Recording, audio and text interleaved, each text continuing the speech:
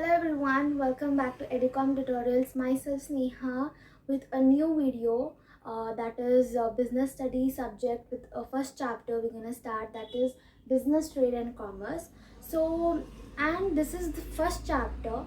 We're gonna start with a full of energy of this is the first part, or this is the part 1 of this chapter. So guys, before starting this chapter, do you know what is business? Like, obviously you're gonna study business study, all right? So then you have to know what is business. So I'll explain you what is business actually. In the simple way, I'm gonna explain you. If I'm gonna say an example. See, I have a business. So in as I have a shop, or I have a business, so what I do purchase, sale, production. I do these things of what? Goods and services. Goods and services. I take goods and I give goods, and after giving goods I give services to my customer also. Why I do these all things? Because in the return I will get earning profits. I get money. Profit is nothing but money. I get earnings in this. So business is done. So if we see in a definition what is business, so you can just see what is business. Business refers to an occupation. Business refers to an occupation in which people regularly. Main thing you have to remember, business in business, what is business like? You have to remember that business should done in a regularly. Like, it's not one day you did, other day you not like that. It's a regular process you have to do in a business. So engage in activities related to purchase, production, sale of goods. What we do, purchase, production and sale, what we will do, that is goods and services with the view of earning profit. In the like, we do this purchase and production or sale of goods and services. In the return or in the exchange, what we will get is earning profit. Okay. Second point of what is business is an economic activity. What is economic activity? Economic activity is nothing but where we do for earning profit. As I said, earning profit is nothing but earning money, or for livelihood, or for living also. The business. So business is an economic activity.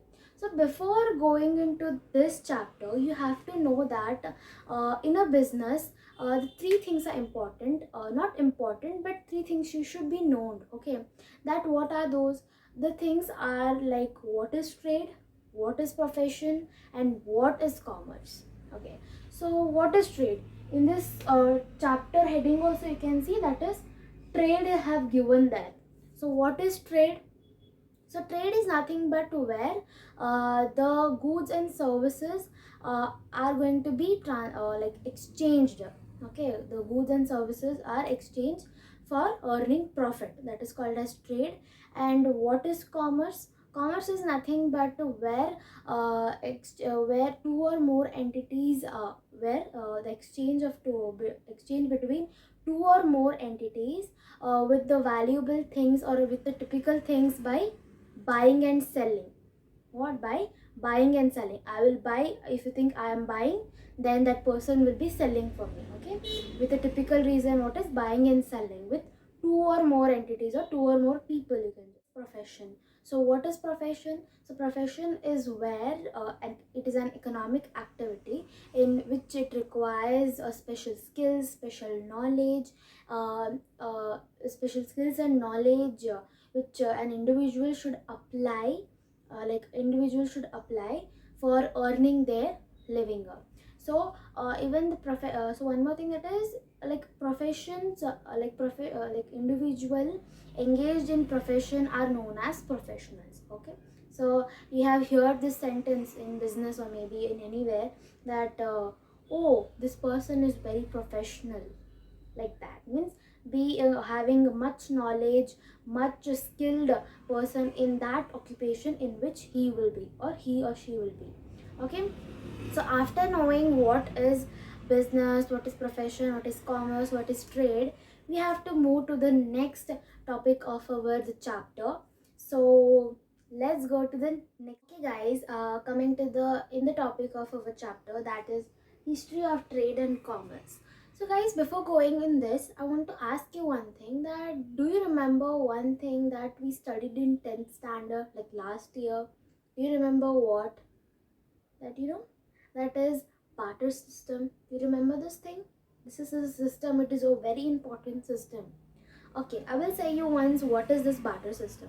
Barter system is nothing but where the people exchange the things between the things. Like for example, if I want shoes, and in the exchange I want to exchange shirt. So what I do is I go to a shoe keeper who like a shoe seller, and I'll go to him. What I will ask, I'll ask this particular shoes, and what I will do, that I will buy the shoes and I will give the shirt which I don't want. Okay, this is what the barter system is. But barter system had a conflict, had a problem in this. Do you know what that is? See, simply I said that I want to don't want a shirt, I'm giving him, and I'm taking what? Shoes. But do you know that friend person who is taking shirt, he also has it needs, that he if he wants pant, that if he don't want shirt, he want pant, then that will be a problem for me, right? Like I want shoes in the exchange of shirt, but he has shoes with him, he can give me shoes, but he don't want shirt, he want pant. Then this will be a very much problem in a barter system, especially like what we need, also that person also needs that only, right? Like it's just happens a little bit confusion, it has little bit conflicts. So when we talk about barter system, why Sneha is talking about barter system? Because we're gonna learn about history, that the barter system, which were like after barter system, it had changed us, it has made some different ideas after barter system. Like it made us developed also. So coming to the topic, that is history of trade and commerce, the first point you're gonna just see, that is so one thing that I have wrote some of the points, I'll explain each and every points for you. Okay, so the first point, that is any land depends upon its physical environment. Physical environment. Why physical environment? Physical environment because, see, our environment, if our environment is good and fine, then obviously our land will be good and fine. Okay, like that.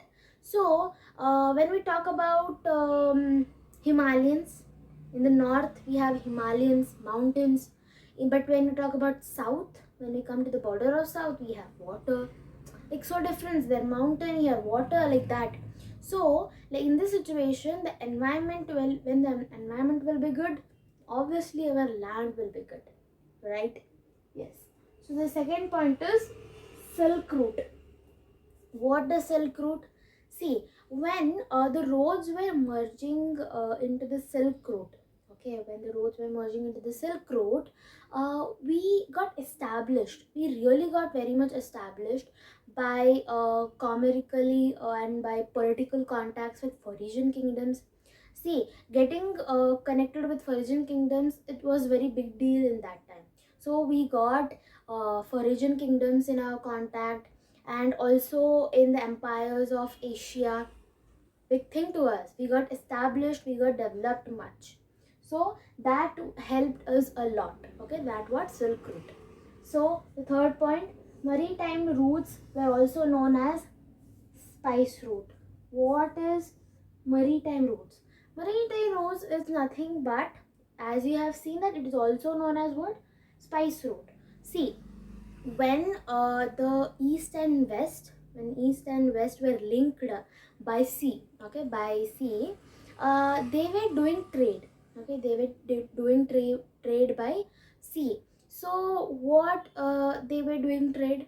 They were doing spice. They were doing trade of spice from east to west. Okay, So on that trading, they were named as maritime routes. They were named like that. Okay. The fourth point, that is archaeological evidence. What is archaeological evidence? What is archaeological? See, main thing, the ancient time things, you know that some of the ancient time things we see and we learn, but we don't know that this actually the thing have happened or no. We don't know that. Okay, so only the group of people that are called as archaeologists, who help us to make proof that the ancient things which we see and we learn, the things have happened, or they have happened or no, that the archaeologists will prove that things. So why in this archaeologicals come? Because archaeologists always made and proof, or had given us a proof or evidence that trade and commerce have done. Like we need, right, the trade. We are saying that we trade and commerce, we know what is, we are learning about that, but we have to get that before, like our ancient time, this trade or commerce have done or no. So actually trade and commerce have done. How? What is the proof? What is the evidence? Evidence or proof is commercial sites like Harappa and Mohenjo-daro were found in the 3rd millennium BC. Third millennium BC. See, like the Harappa and the Mohenjo-daro. I hope you all know that. So in that time, trade and commerce have done. They started trade and commerce. They have done. So like this, when we say that the archaeologists have found, or they have got that this thing have done. Okay, in which 3rd millennium BC. Okay, this is what the archaeologists have made an evidence. Okay, so the not last, 1, 2, 3, 4, 5, 6, sixth point it is, not last. Okay, so commercial connections like gold and silver, copper, etc. See, that when we talk about trade is not like this much only you have to trade or no. They were doing trade of many things, like seriously many things, gold, silver, copper, and pearls, and seashells, pots. Many things were doing traded.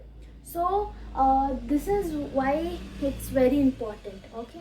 So there are some of the other points in the next slide waiting for you all. So let's coming to the first last second point of this topic, that is history of trade and commerce. The point is the Indian subcontinent and the regulations were carefully planned. Why carefully planned? See, trading is easy thing, but also not easy thing. There is a little bit complications which comes in between there and this. So only, especially in Indian subcontinent, the rules and regulations have done so that when we trade it, when we trade, there will be easy to us. There is helpful to us also. So only before trading, what they do a plan, so that in between there should be no problem. So only the plans are done, so that, as I said, there will be no problem. Why they also do rules and regulations for that trade also.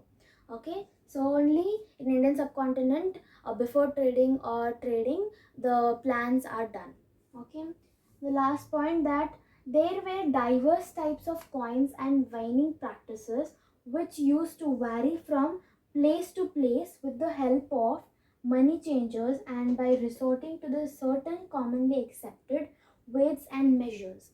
So this point is saying us that we had many types of we were having many types of coins. Actually, we had many types of coins. You can see diverse types of coins, weighing practices, etc., by which winning practices which vary or which move from place to place with the help of, that is, money changers who would change the money.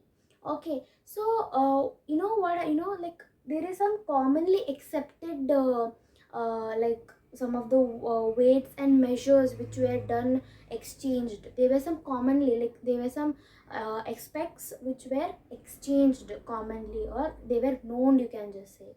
Okay, so this is the point that is saying. So as you see in this thing, that is, we were having diverse types of coins, diverse, like we had many types of coins actually, like gold, silver. This was some of the coins which were used. So we had many types of coins in ancient time, or in history, you can just say.